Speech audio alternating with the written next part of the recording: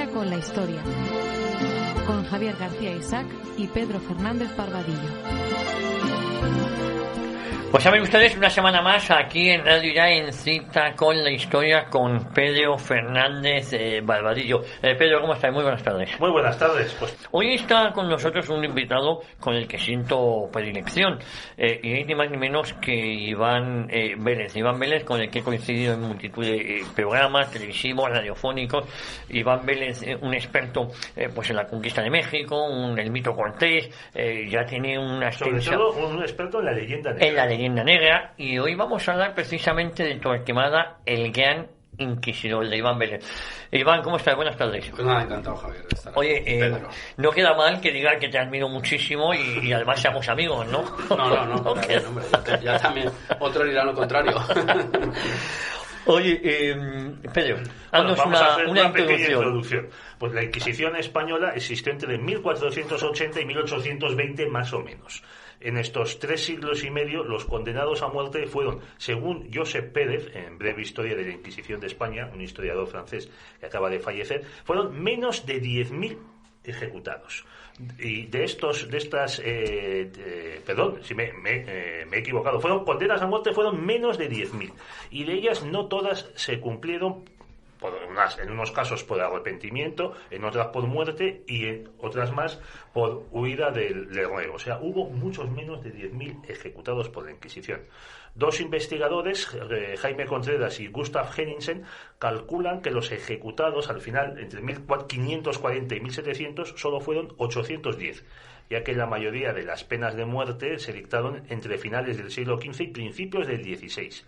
Sin embargo, Javier, de la revolución bolchevique, la guerra civil rusa y el régimen comunista que se prolongó hasta 1989, el número de muertos por esta maquinaria policíaca y judicial comunista se desconoce por su amplitud.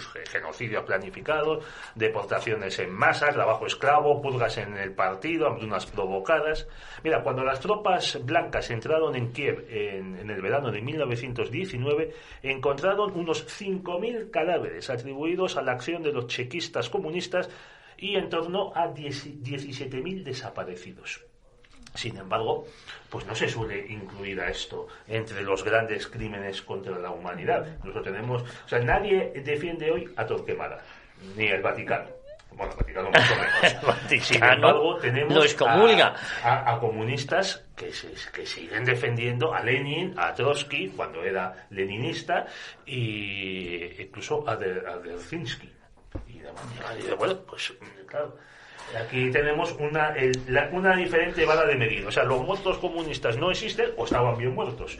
En cambio, el puñado de muertos de la Inquisición española, y aquí no estamos pesando y diciendo, bueno, es que los otros también se lo merecían. Dice, no, bueno, pues vamos a tratar de explicar en este programa cómo un personaje como Torquemada y un organismo como la Inquisición española tiene una mala fama injusta si lo comparamos pues con las inmensas matanzas que se han realizado posteriormente y también en el propio siglo XVI, porque muchos más católicos asesinaron los Tudor ingleses y no digamos los luteranos alemanes. Pero además es que yo opino que lo que hizo la Inquisición no fue asesinar.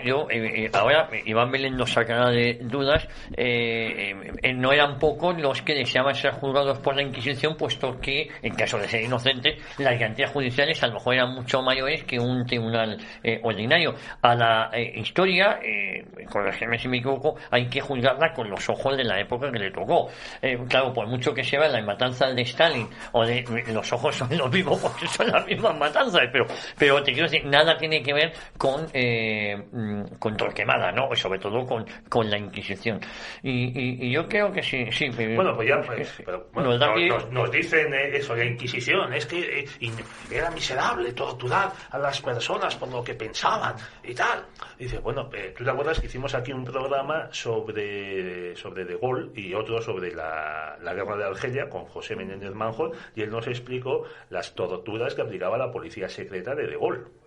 O sea, que ríete tú de las que cometía la Inquisición. Por ejemplo, yo me acuerdo de un caso impresionante que los matones de Gaulle, que además los reclutaban entre los bajos fondos, entre ampones, bueno, pues a uno de la OAS lo ataron a una silla, y le pusieron debajo de una batería de coche y dejaron que le cayese el ácido de la batería, hasta que lo mató.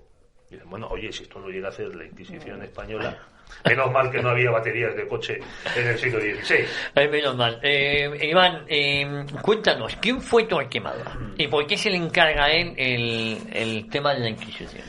Bueno, Torquemada es un dominico castellano, sobrino de Juan de Torquemada, es decir, dentro de una saga de hombres de iglesia.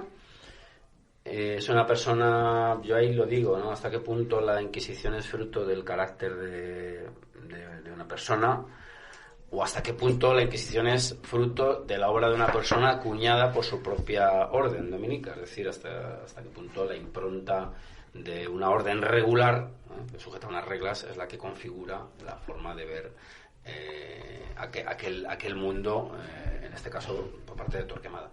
Yo he visto, me ha parecido ver al menos una influencia de su tío cuando habla de iglesia, no iglesias. Y creo que eso explica bastante. Es decir, lo que se busca con la obra de Torquemada y de la Inquisición es pues una depuración de la fe, una homogeneización de la fe cristiana, lógicamente, dentro de un ámbito complejo como es la España de los Reyes Católicos, que sabemos que ha habido una unificación de reinos, ha habido se ha culminado política más que jurídica. Sí, política más que jurídica, evidentemente. Se ha terminado la Reconquista, es decir, se ha acabado con la presencia musulmana en la península, aunque es cierto que la conquista de Granada es posterior a la cristalización del Santo Oficio, pero cierto es que es casi un proceso paralelo, es decir, la conquista de Granada no se produce el 2 de febrero del 92, de golpe, sino que ya es la culminación del proceso. 2 de enero, caballero. 2 de enero, he dicho febrero. He dicho febrero, perdón, de enero. Sí. Además ha sido recientemente en Granada, ha habido la polémica anual. Sí, como siempre. Entonces, claro, Torquemada lo que viene es a cubrir ese flanco de homogeneización de esos reinos cristianos, pues que tienen además, en España había una gran presencia judía y se produce el fenómeno del converso. El converso que pues unos lo hacen con sinceridad, otros con menos sinceridad. De hecho, la bula de Alejandrina que da pie a la Inquisición habla de eso, de la sinceridad o no, y lo que se trata es de una depuración de la fe que hoy nos puede parecer inaceptable, pero que es un proceso, muy bien habéis dicho, con otros casos paralelos, muy propio de la época. Y ya me adelanto con lo de las torturas. Todos los tribunales torturaban, todos. Bueno, la tortura se aplicaba, no voy a decir en los tribunales europeos occidentales, hemos mencionado los soviéticos, ahí sí se aplicaba, y no importaba que se muriese el investigado, fuese o no culpable, pero en cantidad de instituciones, vamos a decir, un trato brutal sí se daba. Por ejemplo, en la Primera Guerra Mundial, el ejército británico solía castigar a los soldados desobedientes, pues, y estando en el frente, O sea, un castigo consistía en atarles a las ruedas del carromato y dejarles atados, por ejemplo, durante la noche, aunque estuviese lloviendo y hiciese frío. Eso que a veces vemos en las películas del oeste, de la crueldad de los indios y tal. Bueno, pues esto lo seguían haciendo los británicos hasta entrado el siglo XX. Y no digamos cómo trataban los franceses a sus tropas coloniales, senegaleses, marroquíes, argelinos, que era una manera brutal. O sea, la vida humana, y esto hay que decírselo a los millennials, hasta hace bien poco ha sido muy brutal. Y encima ahora tenemos estas discusiones de que se está haciendo legal no ir al aborto, sino que se pueda matar al niño de 9 meses perfectamente viable en cuanto sale del vientre de la madre. O sea, que aquí no hay gente más o menos buena. No sé yo cuánto hemos mejorado desde el siglo XV. Sí, hemos mejorado las formas, a lo mejor más indoloras, pero más asépticas. No se ve el muerto. El cubo del aborto no se ve. Y te quería preguntar, ya que hablamos de los judíos, España es de los últimos países europeos que expulsa a los judíos. Así es. Antes lo habían hecho los franceses, los ingleses, y nadie se lo echa en cara. Así es, y lo que hubo es un trasvase del mundo judío, no voy a decir raza porque claro, ahí es discutibilísimo, ¿no? La cuestión racial tal y como se entiende, ¿no? lo que hay es un trasvase importante del mundo judío al mundo cristiano, y además se produce en muchos casos en casas nobiliarias, es decir, la sangre judía, digamos, está en el caudal sanguíneo de muchas casas muy distinguidas de los reinos españoles. Ese es un flujo constante, crea tensiones en el mundo. Toca un poco el tema del cristiano viejo y del hidalgo, ambas cosas que no son la misma, pero bueno, que para ver la complejidad de aquellas sociedades, vamos, que no se puede pretender lanzar una mirada casi democrática y ecologista sobre el siglo XV, la broma que siempre suele hacer, ¿no? Tampoco había cuotas. Había cuotas. Bueno, aunque es verdad que sí que con el tema de la limpieza de sangre es una especie de implantación de cuotas, es decir, que no entren aquí otros, ¿no? Eso también lo dice John Juaristi, de cuando a finales del 16 se empieza a implantar en lo que luego son las provincias vascongadas la hidalguía universal. Claro. Él dice que es un mecanismo de defensa y de las élites locales. De blindaje de sus privilegios. Hay un libro, yo también lo he utilizado en la bibliografía de Torquemada, y Se limpia aquella tierra, que es de Miquel Azurmendi, que también trata bastante el asunto de la limpieza de sangre en el País Vasco, que lo que busca, pues ya digo, es un blindaje y el trato que se da al extranjero, y quizá de aquellos polvos estos lodos, en algún caso. Bueno, es que se buscaba el blindaje, pero no solo local, o sea, en Vizcaya, en las juntas generales, sino en el acceso a la administración imperial. Claro. Porque durante el siglo XVI hay unos grandes linajes de escribanos vizcaínos, del que el más conocido es el de los Idiáquez. Sí, además en el Quijote se dice, ¿habrá algún secretario o algún...? Eso, yo, porque soy vizcaíno, de la ínsula Barataria, cuando se presentan... Que no sea vizcaíno, ¿verdad? Sí. Y dice el que se presenta eso, yo, porque soy vizcaíno y sé leer, y dice Sancho Panza, solo con ser vizcaíno ya podríais ser secretario de eso. A eso me refiero. Efectivamente es un pasaje. Yo he utilizado algún pasaje del Quijote para ilustrar, ¿verdad?, algunos asuntos concernidos. Bueno, aquí está Javier, que quiere meter baza, pero no le dejo, porque yo quiero, dentro de este desvelamiento de la conducta humana en el siglo XVI, al final de la Edad Media, comienzo del Renacimiento, tú hablabas de los judíos y sus vínculos con las casas nobiliarias. Es que aunque a muchos les sorprenda, es que había judíos pobres y judíos ricos. O sea, es que esos cortes no son, como nos quiere presentar ahora la posmodernidad, no son cortes horizontales. O sea, el hombre blanco, heterosexual, cabreado permanentemente, que se impone y oprime pues a las mujeres, a los negros, a los orientales, a los homosexuales. No. O sea, hay cortes verticales. O sea, hay judíos pobres y judíos ricos.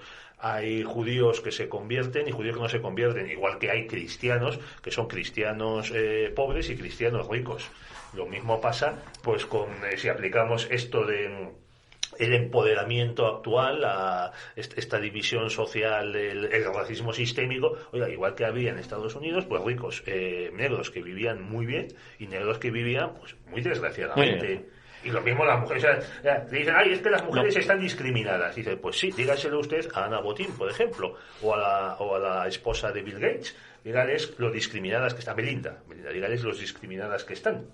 Bueno, hay una cuestión, fíjate, Pedro, tú lo has comentado en el inicio, cuando hemos hablado de la Inquisición. Inquisición hubo en otros países de nuestro entorno y posiblemente el número de muertos, de ejecutados, era mucho mayor al español, pero en cambio en el imaginario colectivo ha quedado la Inquisición española y sobre todo la figura de Torquemada. ¿A qué se debe? Tú que eres un experto en asuntos de leyenda negra, claro, ¿a qué se debe esto? Hay una Inquisición previa que es la que va persiguiendo sobre todo en el sur de Francia las herejías, los albigenses, los cátaros.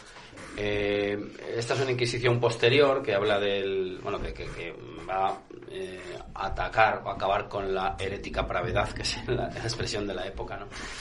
Va a atacar al cristiano que no es sincero, ¿no? Vamos a ver, la Inquisición española lo que tiene es una reglamentación muy importante debida en gran medida a la obra de Torquemada y yo creo que ese es el gran valor de su obra, es decir, ese intento de sistematización, de introducción de orden, de introducción de garantías. Es un contexto completamente diferente. el de esa Inquisición, digamos, de siglos anteriores a esta más moderna. En el caso, además, de la Inquisición española, fue celebrada en Europa. Es decir, se alegraron de que por fin en España se acometiera esa depuración religiosa. Es decir, ¿qué ocurre después? Pues que la Inquisición adquiere muy mala fama, sobre todo debido al influjo de la Ilustración, que tiene este componente que opone religión a razón, que es una oposición a mí que me parece que no es solvente, no tiene mucha base realmente, porque el racionalismo, por supuesto, que hay en la religión, ¿no? Pero hay ese maniqueísmo, esas luces y sombras, de hecho, Ilustración frente al mundo sombrío de la Inquisición y del fanatismo religioso que caracterizaría a los españoles, y el producto, digamos, más identificativo, más refinado de ese fanatismo netamente hispano sería la Inquisición. Claro, desde finales del 18 y sobre todo en el 19, yo le dedico un capítulo precisamente a cómo Torquemada se va ensombreciendo con el paso del tiempo. Nunca mejor dicho, efectivamente.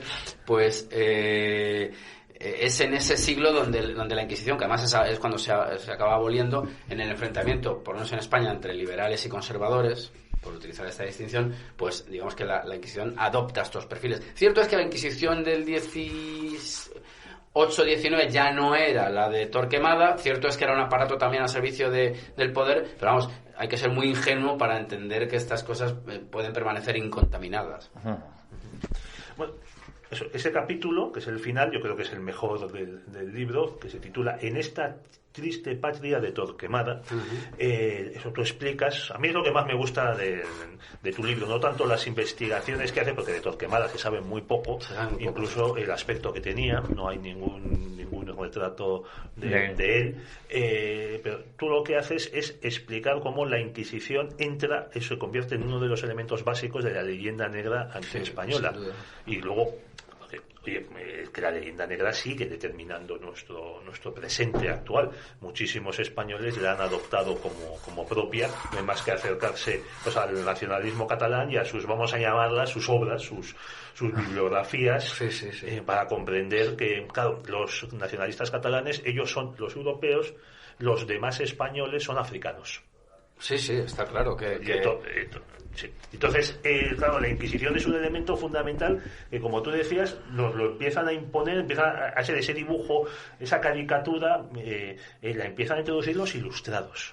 También hay que decir que los ilustrados, que también se las daban de cultos, Voltaire, Diderot, la enciclopedia, son individuos que muy sectarios, y que también que viven de topicazos, ya de topicazos. Por ejemplo, también eso lo estudió María Elvira Rocabadia en su famoso libro Imperiofobia. Ella describe cómo la imagen del ruso como un ser siniestro, bárbaro, asiático, es de esa época, creada por los franceses. Luego, sin embargo, ¿qué cosas serán? Son los jesuitas franceses los que traen el modelo organizativo de la administración de China, con sus famosos exámenes para la incorporación a ser funcionario del emperador, del señor del Imperio del Centro, que era una animalada, de ahí vienen esas oposiciones.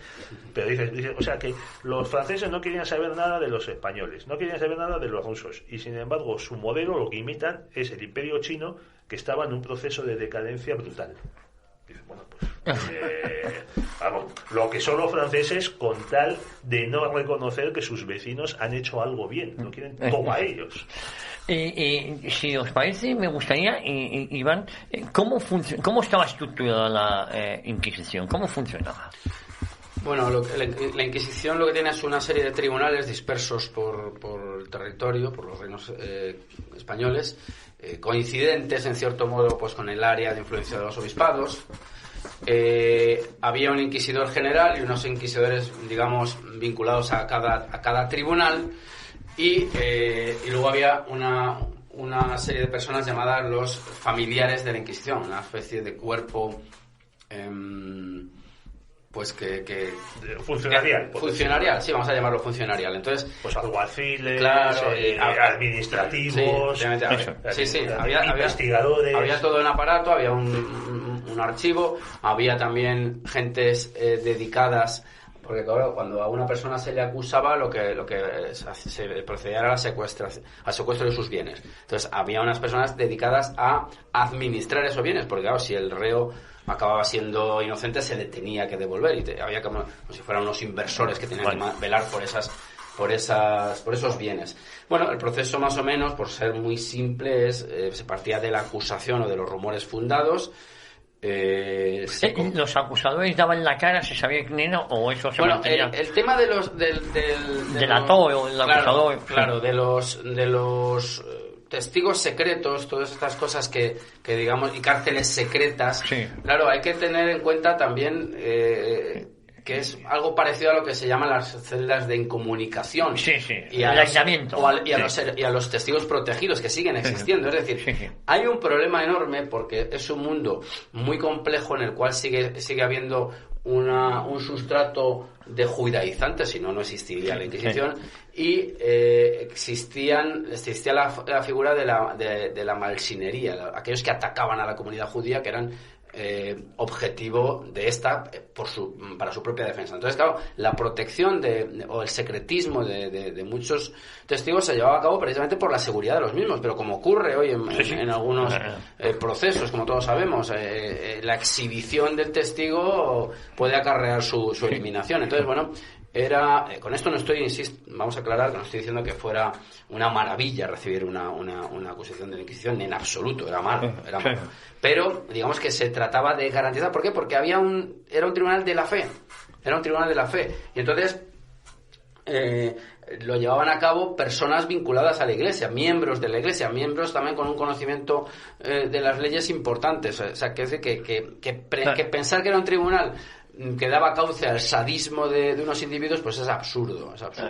¿Cómo se celebra? Bueno, luego había unos interrogatorios, se podían reprobar o rechazar a algunos de los testigos. Estaba el asunto como ahora, efectivamente. Por enemistad manifiesta. Existía la figura de la compurgación, y luego lo que había había interrogatorios evidentemente con presencia de la tortura, pero con un médico presente en la sala, con testigos, es decir, no era algo salvo irregularidades que se pueden dar en cualquier ámbito de la vida, no hay que ser ingenuos. Bueno, que estaba regulada la tortura y con un médico. Estaba, claro, efectivamente regulada, había unas cárceles, había incluso arrestos domiciliarios, por utilizar la terminología actual, y lo que había eran unas sentencias que se ejecutaban en el caso de hallarse culpable al reo. Lo que había muchas veces también eran sentencias de carácter reconciliatorio, es decir, gente cuyo proceso culminaba con la asistencia a X misas, a X procesiones. Existía la humillación pública, es decir, era el mundo del siglo XVI, XV, en el que se mueve todo este tribunal. Bueno, hay que tener en cuenta que en esa época, hasta entrado el siglo XVIII, en casi toda Europa y en España hasta en el siglo XIX, la religión era un elemento fundamental de la vida. Probablemente el más importante. En el siglo XVI tenemos al emperador Carlos V, que abdica de todos sus reinos para retirarse al monasterio de Yuste y cuidar su alma. Es decir, que era un mundo distinto, incomprensible, no vamos a decir mejor, sobre eso podemos tener distintas opiniones, ¿verdad, Javier?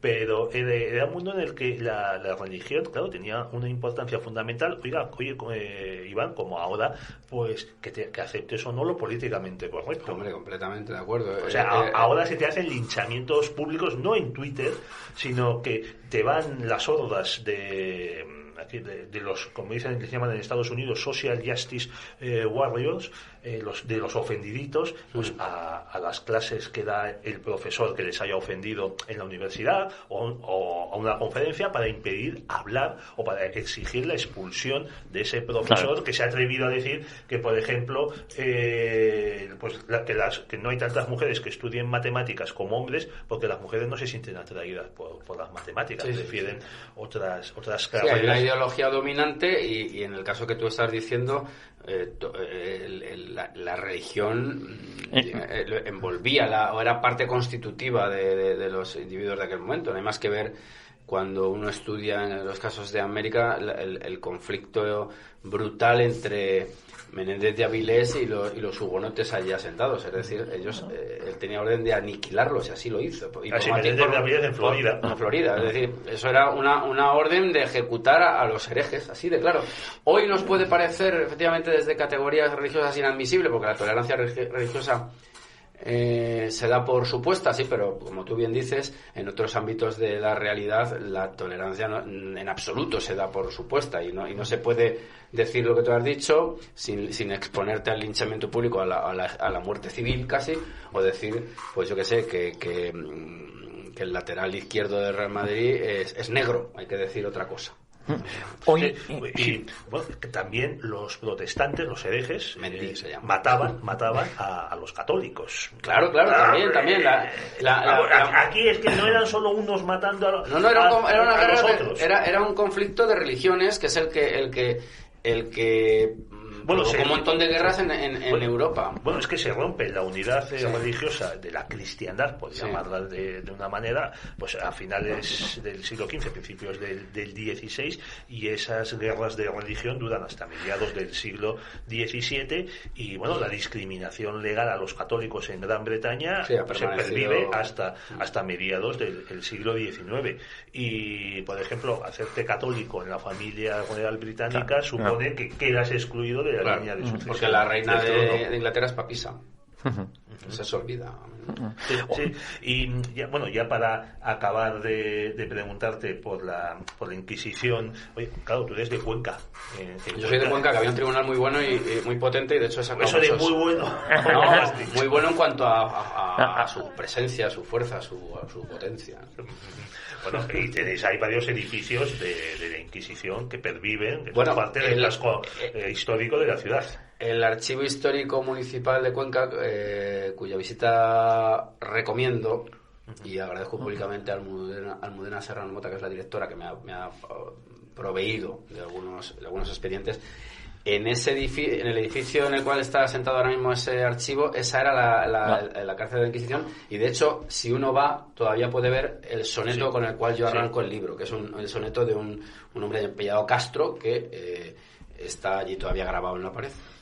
Bueno, yo también aconsejo a nuestros oyentes que sigan la cuenta de Twitter de Almudena Serrano Mota, que es muy interesante, y sobre todo que es una persona libre de estos topicazos de lo políticamente correcto. Incluso se lo han echado en cara en Twitter. Yo me acuerdo un tuit que ella escribió cuando se estaba estos asuntos de las manadas de violadores, siempre son manadas de violadores españoles, cuando son de otras identidades, de esos no se habla. Y ella empezó a contar, y bueno, pues es que en el siglo XVI pues ya se castigaba con pena de muerte a las violaciones grupales de mujeres. Entonces salió algún polemita diciendo, bueno, ¿usted qué me está diciendo? Esto no sé qué. Y tal, claro, no se admitía por parte de estos pobres degradados mentalmente que en el siglo XVI alguien con tan mala fama como Felipe II hiciese una legislación que protegía a las mujeres. Bueno, porque solo los protege Podemos. Por ejemplo, el caso de la alcahuetería y de la vana adivinación, de las brujas, digamos, brujas de estas echadoras de cartas y tal que vemos por las noches. Eso también la Inquisición se ocupaba de ellas. De hecho, el caso que yo expongo e ilustro este tema es un caso de Cuenca, precisamente, y lo que había era pues corrupción de menores, prostitución, alcahuetería, celestineo, como se quiera llamar, y además no querían se perseguía todo este asunto de las fórmulas de amor, filtro de amor y sortilegios, y eso da cuenta que son timos, y eso da cuenta de el potente componente racionalista del catolicismo, así de claro. Por eso y en concreto en España, por eso el tema de la brujería es casi residual en España, mientras que en otros sitios, sobre todo en donde el protestantismo arraigó y con esa carga subjetivista tan enorme y esa falta de mediación, pues es donde más brujería ha habido. Es un tema que hay que destacar. A mí Dios me ha hablado. Claro, difundo mi iglesia. Y todos los que no me aceptan, pues son herejes, son papistas, son cismáticos, son degenerados. Pues en ese contexto es donde está operando la Inquisición, en ese contexto histórico, y por eso tiene esa mala fama posterior, sobre todo. Eso es uno de los factores desencadenantes de la mala fama. Con esto no estoy diciendo, insisto, voy a aclararlo, que no es que fuera pues aquello Jauja. Jauja no ha asistido nunca. Vamos a ver, que te procese un tribunal, sea el que sea, nunca está bien. Sobre todo porque te obliga a muchos gastos. Bueno, oiga, es que y se pone en peligro. Nos olvidamos. Oiga, es que aquí ha habido un juez que por fortuna ha sido expulsado de la carrera judicial, cuyo nombre, que tiene un nombre de rey mago, y no digo más, que procesaba... Y de ministro. ¿Perdón? Y de ministro.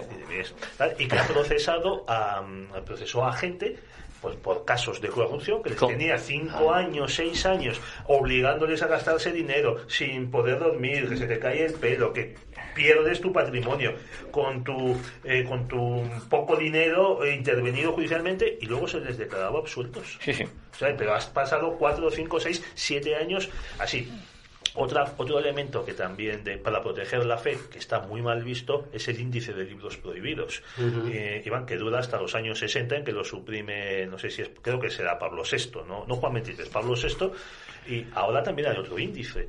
Hace unas semanas nos enteramos de que Walt Disney había prohibido el acceso de los menores de 7 años a varias películas suyas como Dumbo y Peter Pan y los Aristogatos, porque tenían contenidos racistas. Sí, en Peter Pan pues hablan de pieles rojas, por ejemplo, y eso claro, es hay que proteger el alma de los niños. O sea, si lo hace Walt Disney con dinero detrás, eso está bien. Si lo hace Torquemada, eso está mal. Perdóname, hay que proteger el alma de los niños, pero ahora lo que está de moda en las películas de Walt Disney, por desgracia, yo soy un amante de las películas clásicas de Walt Disney, pues es que la niña sea lesbiana o que tenga pequeños gestos. Entonces es curiosa manera de proteger la inocencia de los niños. Oye, Iván, la Inquisición también se extendió a América, ¿no? ¿Cómo fue ese proceso de extensión a América? Bueno, fue un proceso posterior, lógicamente, a la implantación de los tribunales en España, pero sí que se llevó a América. Lo que pasa es que, claro, el indio no estaba sujeto a la acción inquisitorial, porque eso hay que subrayarlo mucho. Ese es un asunto en el que ya por cuestiones de escala del libro no entré. Claro, el indio desconoce la palabra de Dios, entonces no ha podido rechazarla, porque aquí, insisto, no olvidemos, la Inquisición juzga a cristianos insinceros. Vale, a herejes, pero que son aquellos que han sido cristianos. Claro. A bautizados. Sí, bautizados. Cuando digo cristianos, evidentemente refiero a eso. La Inquisición no tenía jurisdicción sobre los no bautizados. O sea, la Inquisición no podía juzgar a un judío. Sí podía juzgar a un judío converso. No, a un cristiano que judaizaba, vale, por decirlo de una forma mucho más sintética. Es decir, aquel que digamos, que de espaldas a la escena pública, porque evidentemente si no sería evidente que lo era, seguía en la observancia del judaísmo. Cosa que conllevaba también problemas derivados de la sociología, de la gastronomía, es decir, las costumbres, claro, persistían. Y en algunos casos pues había esa confusión, es decir, estoy pensando por ejemplo en el tema del cerdo y no cerdo, claro, eso casi es es judaizante o es una cosa casi ya no como cerdo porque no como, claro, no me gusta, ¿entiendes? Claro, ya no lo he tomado nunca, o determinadas pues observancias, por ejemplo, no trabajas el sábado, claro, no trabajas, la circuncisión, por ejemplo, pues lo que, fíjate, esto es un tema interesante, los retajados, porque se le quitaba una retaja de carne, un trozo de carne, ¿no? Que es el prepucio. Pues se debía examinar si ese retajamiento era por cuestiones de la fe o por problema de fimosis, vamos a ver. Que estamos, ese es un buen ejemplo en cuanto a ilustrar cómo estamos ante un tribunal de la fe. Insisto. Oye, ¿y en América tiene mucha fuerza o llega ya? Poca. No tiene parangón con el caso español. Bueno, o sea, con el caso peninsular, perdón. Hay un tema también, si me permites, yo quería saber la pena más habitual, porque claro, siempre que hablamos de la Inquisición hay gente que se piensa, bueno, quemando brujas, ejecuciones, muertes, no era la pena más habitual, ¿no? Había otro tipo de penas, ¿no? No, ya digo que había penas que lo que intentaban era, insisto, reconciliar. Es decir, era habitual, pues, que tuvieras que asistir con un cirio a una procesión, que tuvieras que llevar el San Benito. Evidentemente el escarnio público era un componente importante, de hecho se exponían Los sambenitos, pero vamos, lo más habitual era la absolución acompañada de una pena. Sí, para demostrar que. Efectivamente, para demostrar que tú que habías apurado tus errores y que volvías un poco al seno de la Iglesia. Entonces, eso era lo más habitual, era pues eso, asistencias a misas, a procesiones, etcétera. Era lo más habitual. Bueno, en tu libro, al final, en este capítulo en el que hablas del encaje de la Inquisición en el edificio de mentira de la leyenda negra, hablas de, que me llamó mucho la atención, un norteamericano, Clarence Rivers King, en 1896, dentro de su campaña para la liberación de Cuba, que califica a España de nación Calígula Torquemada. Sí. No, es que no se cortaban un pelo. Es que en el siglo XIX es muy interesante buscar los usos que se hace de Torquemada, porque casi es Torquemada acaba siendo un adjetivo, ¿no? Y luego además se le coloca en el panteón de los hombres sombríos, por contraposición de los ilustres. Lo digo porque, claro, esa comparación que se hace con Calígula, pues te da la medida de la percepción que se tiene ya de ese señor que había muerto siglos antes, ¿no? Y luego se le equipara también, es un adjetivo que yo lo he visto en cuanto a los diputados del 19 se arrojan torquemadas unos a otros, ese calificativo es relativamente frecuente en los debates políticos del 19 llamar a otro, usted es un Torquemada, ¿no? Como en el siglo XVII, en las polémicas entre los literatos españoles se insinuaba que fulano o mengano era judío o judaizaba. Sí, el caso de Góngora, por ejemplo, el caso de Quevedo, sí, es un caso muy... Es decir, que todas las sociedades tienen una ideología oficial o una mitología, unas dominante, más que oficial, dominantes, y ahora sí es oficial, ¿eh? En el siglo XX y XXI ya es oficial, porque aparece en el boletín oficial del Estado. Y entonces, una de las maneras de reforzar tu prestigio o tu posición es acusar a tus adversarios de lo contrario, de aquello que está excluido de esa ideología dominante. Eso ha sido así siempre. Y será. No me digas. O sea, que no se va a poder mejorar al ser humano. ¿Tú crees que no? Ya, hombre, yo creo que es un poco ingenuo pensar que va a haber un mundo feliz en el futuro. Al menos, digamos, en esta tierra. Sí, en esta tierra en la que estamos, yo veo difícil que no haya siempre, pues es un pensamiento dominante y ante el cual el que se aleje o se exceda pues será castigado, creo yo, ¿no? Bueno, tú hablabas de los sanbenitos, que también se han convertido en un adjetivo. Sí. Pero claro, lo mismo que le pasaba a gente investigada pues por una denuncia de un vecino fanático o envidioso de no, es que Manolito no come carne de cerdo. Claro. Yo lo he visto. Claro, ahora la misma mancha o peor, por las consecuencias económicas, es el que te acusen, por ejemplo, de violencia de género. Por supuesto. Hoy, bueno, eso es un tema que todo muy manido. Hoy, si a uno de nosotros una mujer nos acusa, pues vamos a pasar un mal trago. Y además no hay simetría, es decir, si tú acusas de lo contrario, hay un protocolo donde se presupone cierta culpabilidad por el sexo al que pertenecemos. Otros llaman género. Sí. Bueno, Javier, vamos a acabar el programa, los 20 minutos escasos que nos quedan, con otro libro de Iván, porque en 2020 Iván Vélez publicó 2 libros, Torquemada, el Gran Inquisidor, en la esfera de los libros, y uno que me parece muy interesante, que es Nuestro hombre en la CIA, Guerra Fría, Antifranquismo y Federalismo, en ediciones Encuentro, en el que describe cómo Estados Unidos, el poder, el establishment de Estados Unidos, se dedica a financiar, como parte de la Guerra Fría, se dedica a financiar a un cierto tipo de intelectual en España. Hizo lo mismo pues en Francia, en Chile, en Italia, y como estos financiados pues son personajes muy conocidos de la escena pública española, pues López Arambuden, José Luis San Pedro, el comunista José Luis San Pedro, financiado por la CIA, Julián Marías. Y Nuestro hombre en la CIA no es Iván Vélez, ¿verdad? No, porque, oye, si estás en la CIA, por favor, Iván, reparte un poco, ¿verdad? Como decimos aquí, embajada china, embajada rusa, por favor, envíenos una espía, que pues estamos dispuestos a recibirla. Siento decepcionarte, pero no estoy en la CIA. No hay, no va a caer una mariscada a cuenta de la CIA. Lo tenéis difícil. Aquí hablas de un personaje que es Pablo Martí Saro. ¿Quién es? ¿Qué recoge este personaje? Pues mira, Pablo Martí Saro es la persona a través de la cual, bueno, sus archivos, porque ya falleció hace 20 años, 21 creo.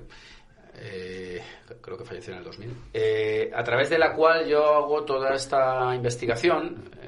Tengo que decir que los archivos están depositados en la Fundación Pablo Iglesias. O sea, que el que quiera y tenga tiempo, pida las 30 y tantas cajas y que se entretenga un ratito, ¿no? ¿Qué escándalo, y que dejaron acudir a esos archivos, sí. Mira, yo creo que ahí funcionó. A mí me pone sobre la pista de este tema Gustavo Bueno Sánchez. Sí. Y era curioso porque me dejaron un acceso absoluto y transparente. Y llegamos a la conclusión de que es el mito de la investigación, ¿verdad? O del investigador. Pues, sí. Transparencia absoluta. Y yo creo que esa transparencia que te ofrece la Fundación Pablo Iglesias, a la cual le agradezco que me haya dejado hacer esto. Esto es una investigación de hace 5 o 6 años, ¿no? Ha salido ahora pues por contingencias editoriales. Yo creo que es porque probablemente la socialdemocracia, encarnada en este caso en el PSOE, tiene tal convicción de estar de superioridad claro, que no tienen nada que ocultar. Nada que ocultar. Y además son capaces de integrarlo todo. Por ejemplo, en el caso de los personajes de este libro, que son más que políticos, algunos son políticos, pero casi todos lo que son ideólogos de la España autonómica, federal y europeísta. Por eso el subtítulo, que era el título que yo había propuesto. Pero el otro es más impactante. Vamos a ver.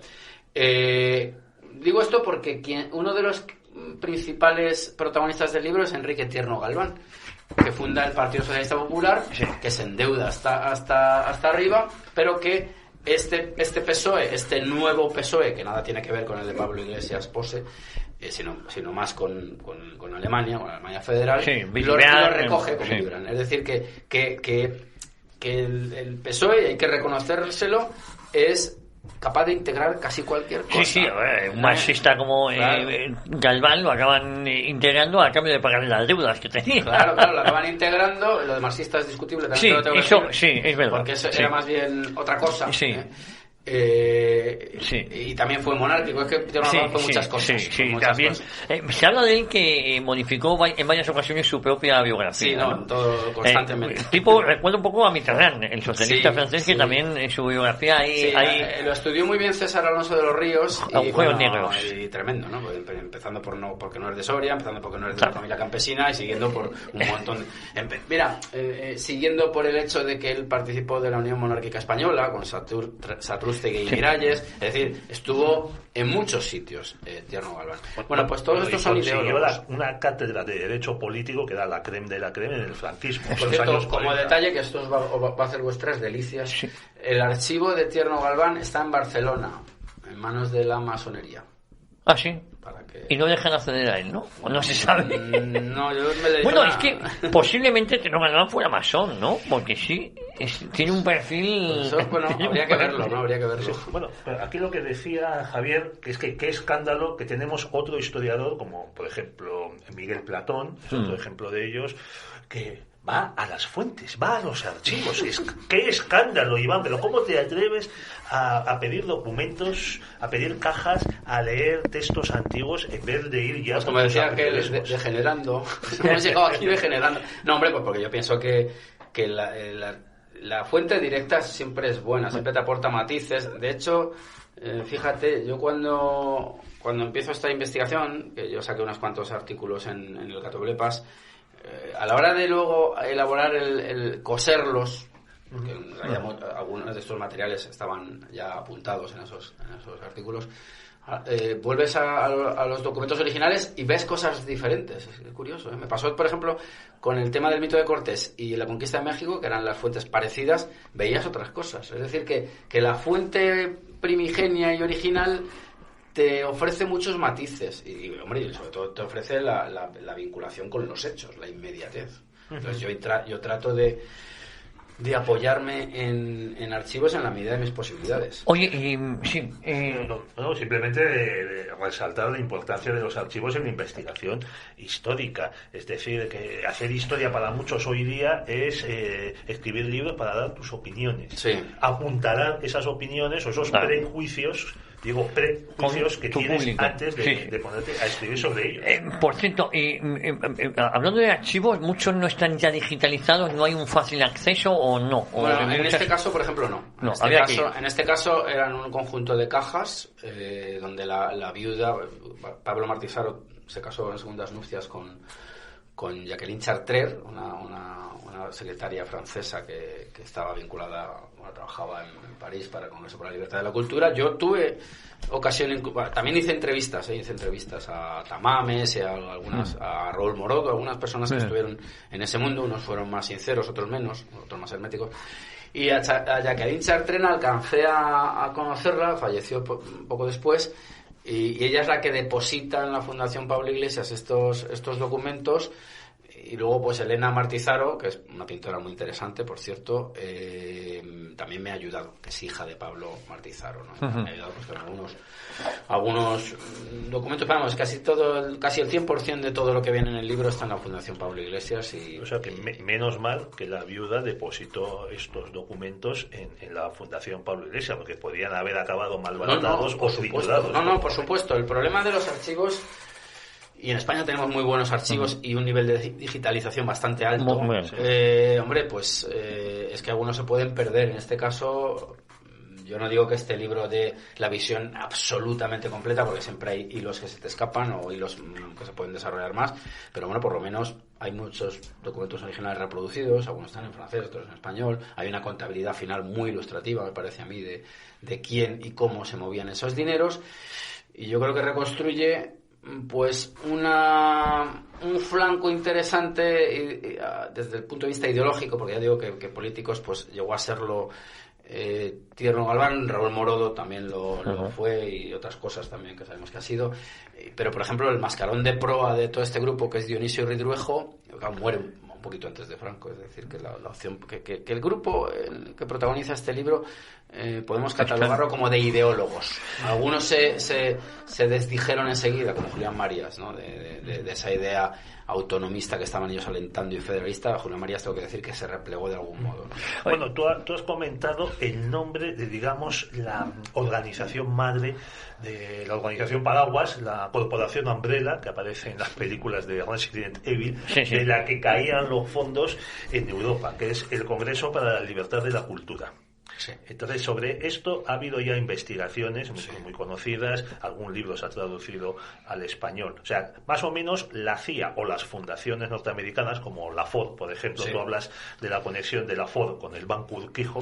Entonces, de ahí enviaban el dinero al Congreso para la Libertad de la Cultura, que tenía la sede, me parece que en París, y de ahí pues se desparramaba por el resto de Europa Occidental y de Hispanoamérica. Entonces, para crear unas corrientes de opinión, vamos a decir en general democristianas y socialdemócratas, y que en España se incluía la transición postfranquista con como dices tú, una visión federalista de la organización territorial española. O sea, todo esto se sabía y hay pruebas. Pero claro, tú en tu libro lo que haces es documentar cómo los tentáculos de este Congreso para la Libertad de la Cultura llegan a España, y que no hay nada improvisado.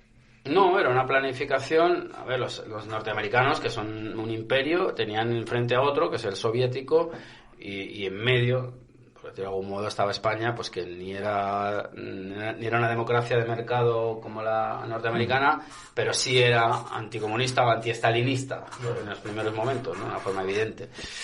De hecho, es una de las banderas del franquismo inicial, y luego ya es otra cosa. El franquismo es son muchas cosas. No, el franquismo es un régimen de 40 años, claro, no es el mismo Franco del año 40 ni pretender que es del año 70, que ¿no? Son 40 años inmutables, pues homogéneos. Eso es precisamente lo que yo más critico de estas visiones que hay sobre el franquismo, más allá de los juicios de valor, que yo creo que no tienen mayor interés, sino pretender, que es lo que se hace habitualmente en estos medios que todos conocemos, pretender que el franquismo del año 42 es igual que el del 73, hombre, por favor, eso no hay por dónde cogerlo. Sí, hay continuidades, pero es que hay continuidades que llegan hasta hoy también, y discontinuidades, y familias internas enfrentadas, como todos sabemos. Las primeras elecciones municipales en España, el 70% de los alcaldes eran los que venían del régimen de Franco. Claro, hay unas ya digo, unas continuidades evidentísimas. Entonces, claro, los norteamericanos lo que se dan cuenta es que en España la oposición organizada, realmente en el PSOE estaba desaparecido en combate, ¿no?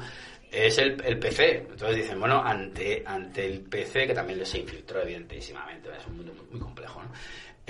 Antes de que caigan en la órbita soviética, que caigan en la nuestra, ya iremos limando asperezas, ya se irá transformando, como de hecho se transformó, porque de la ley a la ley, no nos olvidemos, o sea, no hubo una revolución el 20 de noviembre del 75 al día 7, ahí hubo una transición, como se ha llamado, y de hecho la palabra transición, el término, a principios de los años 40 ya se está hablando de ello.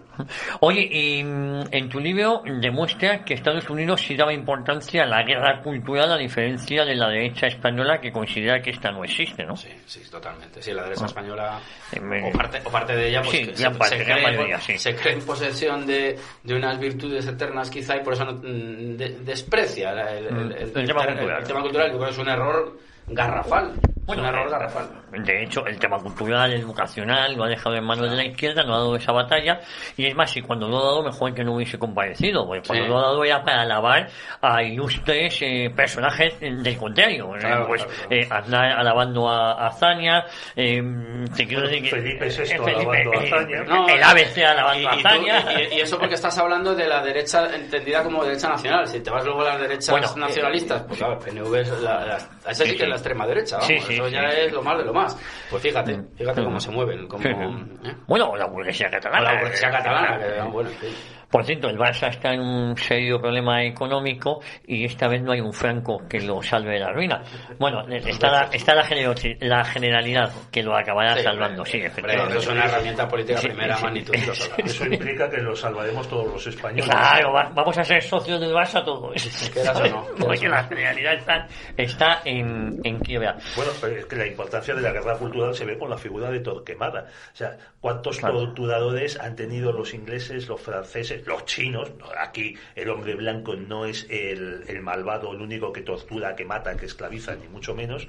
Los japoneses, lo que hicieron los japoneses en cantidad de lugares que conquistaron. Hombre, los aztecas, que tú los conoces bien, donde el sacrificio humano se había convertido pues en una especie de festividad de todas las semanas. Y tenía un carácter, vamos a decir, industrial, masivo. Y dice, bueno, pues por creer que la guerra cultural no importa, pues claro, los españoles tenemos la mancha de Torquemada. Bueno, sí. A ver, esto tiene que ver con el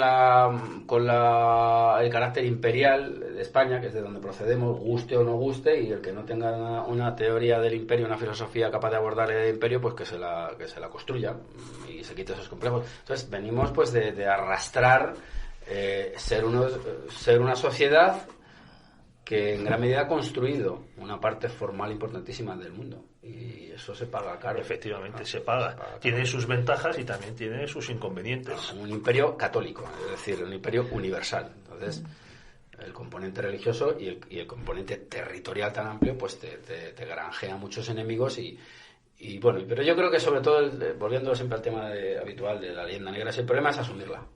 O sea, que te critiquen, pues es desagradable. Ahora que asumas la crítica y te mortifiques con ella, yo creo que ese es el problema de España y del que no salimos a es que los británicos, la clase dominante británica, pues, nunca ha sentido ganas, o sea, se ha sentido responsabilidad, culpa por lo que hicieron sus antepasados a los católicos, que también en el siglo XVI muchos también eran de clase alta, eran duques, condes, o sea, era un tajo, como decíamos al principio, una división vertical, había de todo tipo. O sea, el católico inglés no solo era el pobre que venía, que trabajaba en el campo, sino que había aristócratas católicos que se mantuvieron leales muchas décadas. Bueno, decía, pues la clase alta británica, la monarquía, los lores, nunca han sentido ganas de pedir perdón a los católicos por la persecución que les hicieron. Dice, eso se trata de que tú no asumes la leyenda negra que han creado tus adversarios. Claro, no tienes necesidad de pedir perdón porque no lo aceptas. Claro, porque no lo aceptas. Y ningún francés pide perdón por Napoleón, que es el mayor genocida de la historia de la historia europea hasta el siglo XX. No, todo lo contrario, no piden perdón porque además no entran en ese juego. Y en cambio ellos sí echan, como diría yo, echan basura sobre el resto de la historia de los demás países para posiblemente pues distraer la atención. Bueno, ¿no? yo me acuerdo, aquí en España mucha izquierda siente veneración por Napoleón y dice, ojalá hubiesen ganado los bonapartistas la guerra de independencia contra ese pueblo analfabeto de curas, frailes y monjas. Yo me acuerdo de la Borodeta, ese gran imbécil que decía que pena que los cenutrios de los españoles se empeñasen en defender Zaragoza frente a los franceses, porque claro, así les quedó destrozada la ciudad. Y, claro, la Borodeta ya estaba pensando en que él habría sido alcalde de Zaragoza por las tropas de ocupación. Pero eso son fantasías totales. Sí, pero el problema, Iván, es que si eso lo hubiese dicho de los alemanes de la Segunda Guerra Mundial, de eso no se habría atrevido a decirlo. Bueno, claro, porque nos queda un minuto. Porque la propaganda es un factor importante a la hora de darle prestigio, quitarle a determinados procesos históricos. Bueno, y también de que compartas en parte la ideología del antepasado. O sea, hoy nadie se reclama heredero de la ideología nacionalsocialista alemana, pero sí hay muchos que se declaran herederos de esa ideología revolucionaria francesa, ilustrada, más que laica, laicista. Sí, sin duda. Sí. Bueno, no tenemos tiempo para más. Iván Vélez, autor de Torquemada, el gran inquisidor, una historia del Santo Oficio, y hemos aprovechado, ya que no teníamos hoy a Iván Vélez, para hablar de... Yo te hice una entrevista ya hablando de este libro, nuestro hombre en la CIA, Guerra Fría, Antifranquismo y Federalismo.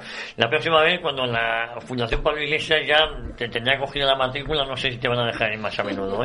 Ya te digo yo que te pondrán alguna excusa. Con gabardina y gafas de sol. Un día podríamos hablar de la historia de Tierno Galván, del PSP, y de cómo José Bono era el que le llevaba la maleta a Tierno Galván, abogado del defensor del militante del FRAP, actual del padre de Pablo Iglesias. Que todo el círculo se cierra. El cacique de la Mancha, el multimillonario Bono, era el abogado de un afiliado al FRAP, que el FRAP era una organización terrorista, digo, para dejar las cosas político maoísta, y con carácter amaban a los albaneses, a Hoxha. Sí, yo he publicado algún artículo en Letra Digital al respecto del FRAP y las semejanzas entre el programa de Podemos y del FRAP son enormes. No hay tiempo para más. Iván, un placer haberte tenido aquí. Pedro, volvemos la próxima semana. Dios mediante. Despedirme, ¿no? Rápidamente. Pues adiós, muy buenas. Dios mediante, volvemos la próxima semana. Y este libro de Iván Vélez, nuestro hombre en la CIA, nos enseña que las cosas no suelen pasar por casualidad. Volvemos.